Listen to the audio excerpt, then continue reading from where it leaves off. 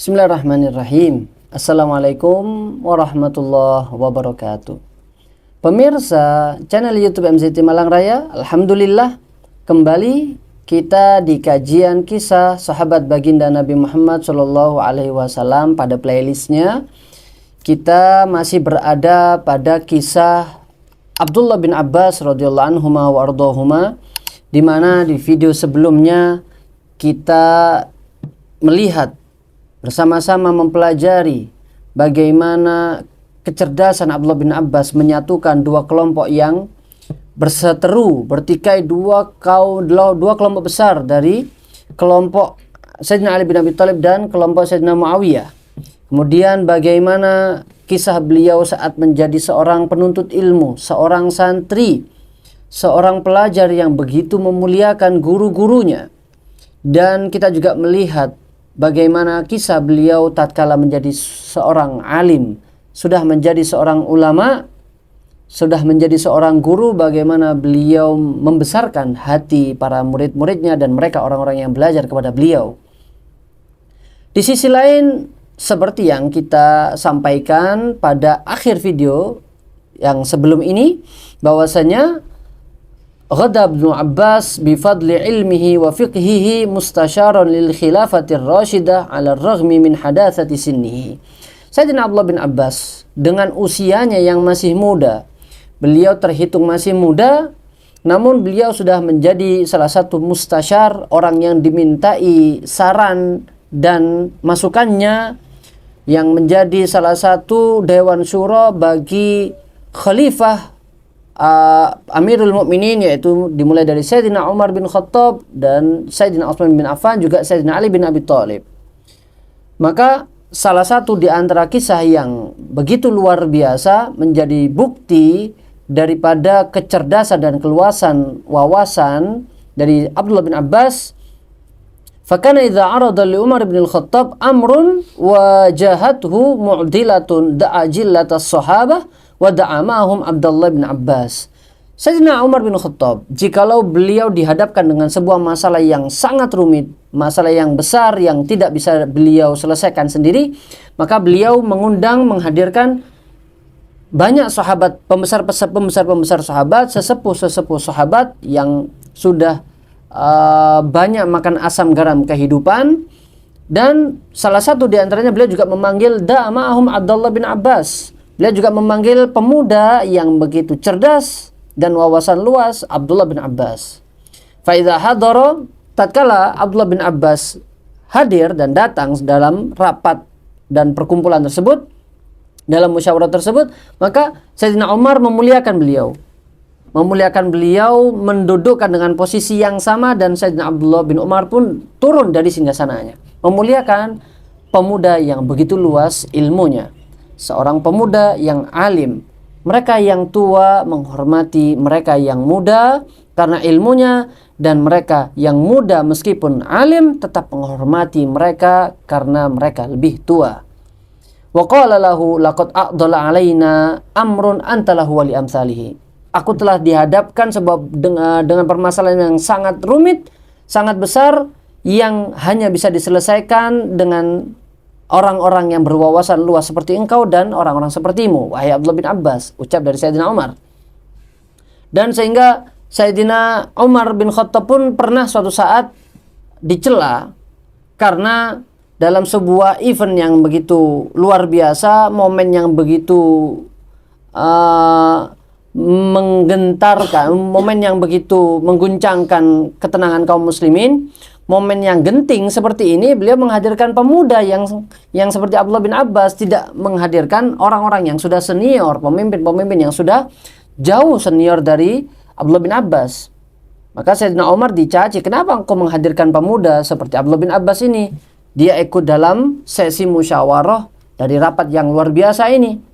Maka jawab Sayyidina Umar, innahu fatal kuhul lahu lisanun saul wa qalbun akul. Abdullah bin Abbas meskipun dia usianya muda, tapi hatinya selalu dekat dengan Allah, hatinya berkaitan selalu dengan ilmu, dan akalnya begitu luar biasa. Maka Sayyidina Umar pun menguji dan ingin menunjukkan kepada seluruh sesepuh dari para sahabat tersebut atas kecerdasan dari Abdullah bin Abbas.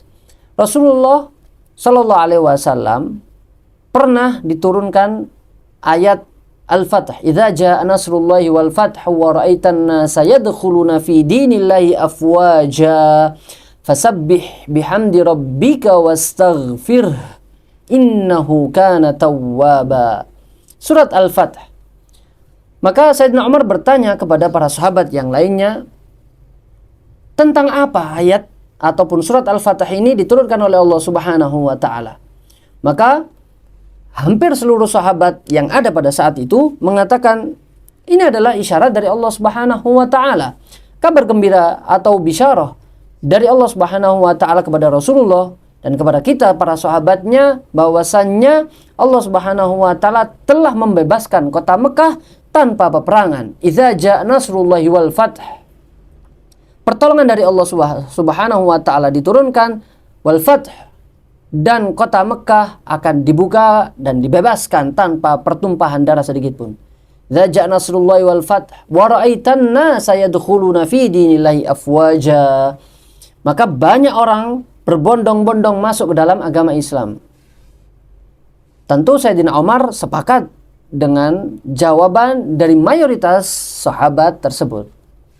Namun disinilah Sayyidina Umar bin Khattab radhiyallahu anhu warda meminta kesempatan kepada Sayyidina Abdullah bin Abbas untuk menjelaskan bagaimana versimu, wahai Abdullah bin Abbas, tentang apa ayat ini diturunkan oleh Allah Subhanahu wa taala. Maka Sayyidina Abdullah bin Abbas mengatakan, tentu yang dijawab oleh para sahabat adalah sangat pas dan sangat betul.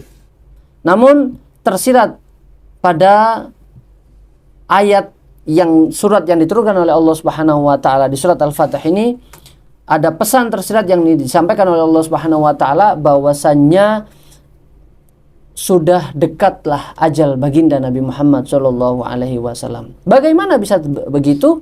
Bagaimana bisa difahami tersebut? Dan beliau mengatakan, "Idza jaa nasrullahi wal fath wa ra'aitan nasa yadkhuluna fi dinillahi afwaja fasabbih bihamdi rabbika wastaghfir innahu kana tawwaba." Maka setelah Allah Subhanahu wa taala memberikan pertolongannya dan orang-orang sudah berbondong-bondong masuk ke agama Islam, fasabbih, maka bertasbihlah engkau kepada Allah Subhanahu wa taala, wastaghfirhu, dan bermohonlah, mintalah ampun kepada Allah Subhanahu wa taala kalian semuanya. Ketahuilah hal tersebut sudah menunjukkan bahwasannya tugas Rasulullah Shallallahu alaihi wasallam sudah usai dan waktunya Rasulullah kembali kepada Allah Subhanahu wa taala sudah dekat, karena tugas Rasulullah sudah selesai dan orang-orang sudah berbondong-bondong masuk ke agama Islam, agama yang diridai oleh Allah Subhanahu wa taala. Maka Sayyidina Umar pun menjawab, Hadza huwa syabul kahul. Inilah kenapa aku menghadirkan pemuda yang relatif usianya masih sangat jauh dengan kita, tapi pemikiran dan wawasannya jauh melebihi kita. Maka sejak saat itu tidak ada sahabat yang mencaci ataupun yang protes kepada Sayyidina Umar karena telah menghadirkan Sayyidina Abdullah bin Abbas. Di tengah kesibukan Sayyidina Abdullah bin Abbas mengajari para santri-santri mereka yang belajar ilmu agama, memberikan nasihat, saran kepada para khalifah, beliau juga tidak meninggalkan kewajiban beliau untuk mengingatkan mereka orang-orang awam dari kalangan tabi'in yang mereka tidak sempat untuk taklim, belajar kepada Abdullah bin Abbas. Maka Sayyidina Abdullah bin Abbas pun tetap mengingatkan mereka lewat mimbar-mimbarnya. Beliau mengatakan, ya sahibaz zambi, salah satu kalimat yang dikenang dan masuk kepada relung hati para orang-orang awam pada saat itu. Beliau mengatakan, ya sahibaz zambi, la ta'man akibat zambik. Wahai orang-orang yang telah melakukan dosa kepada Allah Subhanahu wa taala, jangan pernah engkau merasa atas konsekuensi dosa yang akan engkau hadapi. Wa'alam anna ma yatba'u dzamba a'dzam min dzambi nafsi. Dosa yang kau lakukan tersebut, atas kesalahan yang kau lakukan, konsekuensi di belakangnya lebih besar daripada rasa takut yang kau hadapi saat itu. Fa inna adama sihya'ika mimman ala yaminik wa ala shimalik wa anta taqtarifu dzamba la yaqillu 'anidz dzambi. engkau merasa melakukan kesalahan, melakukan sebuah dosa, dan engkau tidak peduli atas malaikat yang ada di kanan kirimu, hal tersebut tidak mengurangi dosa ataupun apa yang akan engkau hadapi kelak. Wa inna dhahkaka inda dzambi wa anta la tadri mallahu sani'un bika a'zamu minadz dzambi. Ketika engkau melakukan sebuah dosa, ketika kalian wahai manusia melakukan sebuah kesalahan yang dilarang oleh Allah Subhanahu wa taala dan engkau tertawa, bangga dan bahagia atas dosa tersebut, ketahuilah karena rasa banggamu, bahagiamu telah melakukan dosa itu lebih besar efeknya dan lebih besar dosanya daripada engkau melakukan sebuah dosa itu sendiri. Wa inna huznaka 'ala dzambi idza fataka a'zamu minadz dzambi. Dan jikalau engkau merasa menyesal karena tidak melakukan sebuah dosa, maka ketahuilah penyesalanmu karena tidak melakukan dosa itu, dosanya jauh lebih besar daripada engkau melakukan dosa itu sendiri. Ya sahibaz zambi, atadri ma kana zambu Ayyub alaihi salam hina ibtalahu Allah azza wa jalla bi jasadihi wa malihi.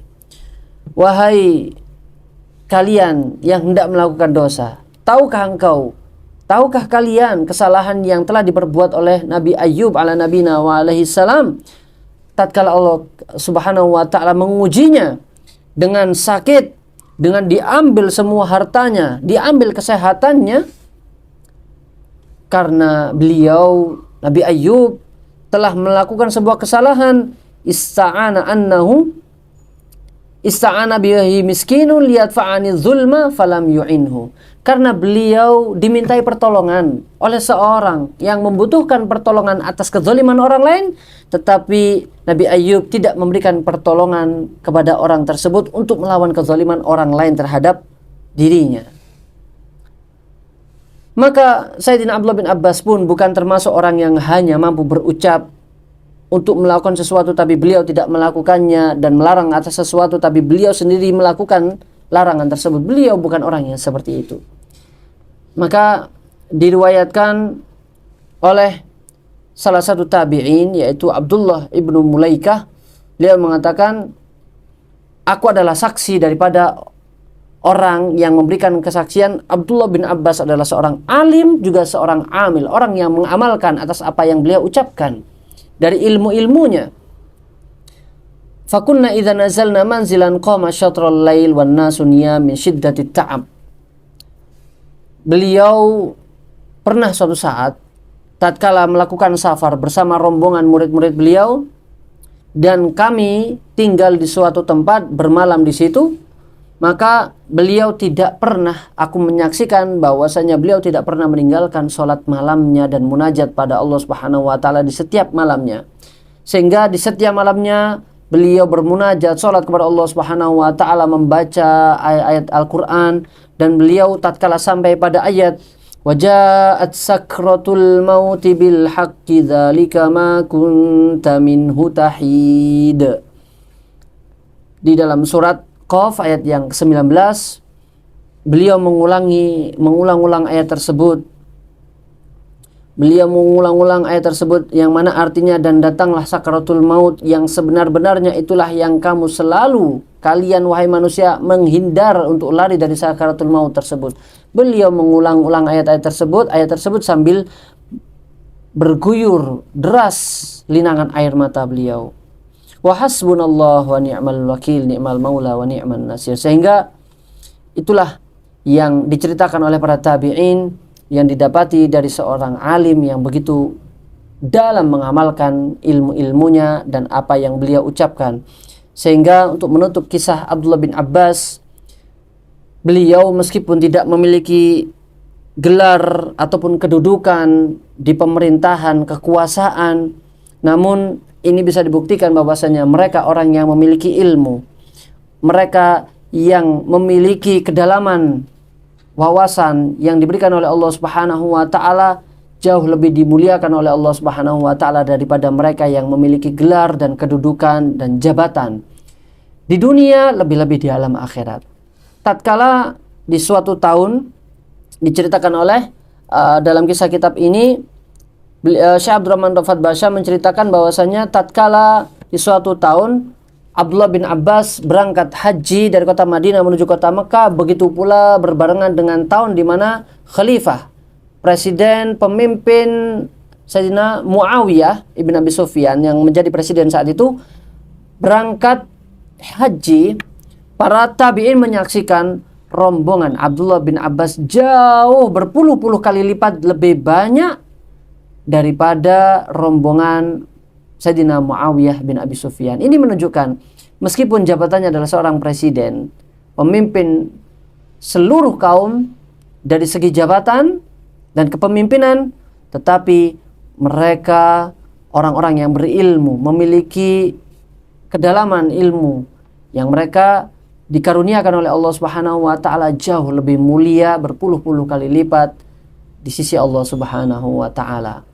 Sehingga Sayyidina Abdullah bin Abbas pun wafat pada usia beliau yang ke-71 tahun dan meninggalkan banyak warisan keilmuan yang mana hadisnya bisa sampai kepada kita saat ini, sehingga banyak dari kalangan sahabat yang tersisa yang ikut memakamkan beliau dan para tabi'in, begitu banyak orang-orang yang mengiringi kemangkatan beliau dan mengantarkan beliau ke pesarehan dan pemakaman terakhirnya.